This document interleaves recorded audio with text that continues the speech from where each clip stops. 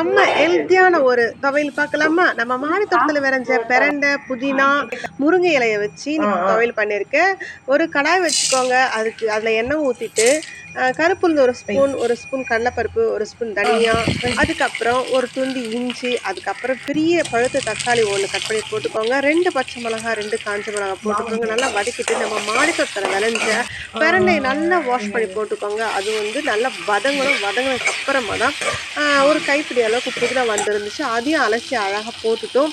அதுவும் நல்லா வதக்கி விடுங்க. அது ரெண்டுமே நல்லா வதங்கும் போது ஃபைனலாக இறக்குற கொஞ்சம் நேரத்துக்கு முன்னாடி முருங்கை இலையும் ஒரு 2 கிளை எடுத்துக்கிட்டாங்க. அதுலேயும் ஒரு கைப்பிடி வந்துச்சு.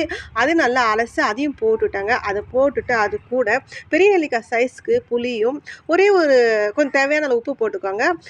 ஒரே ஒரு தேங்காய் பத்தை மட்டும் போட்டுட்டு அதோடு இதெல்லாம் போட்டு சூப்பரான ஒரு துவையல் ரெடி பண்ணியாச்சு. மறுபடியும் கடாய் வச்சுக்கோங்க.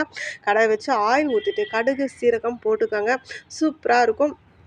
நல்லா அழகாக தாளித்து விட்டுருங்க.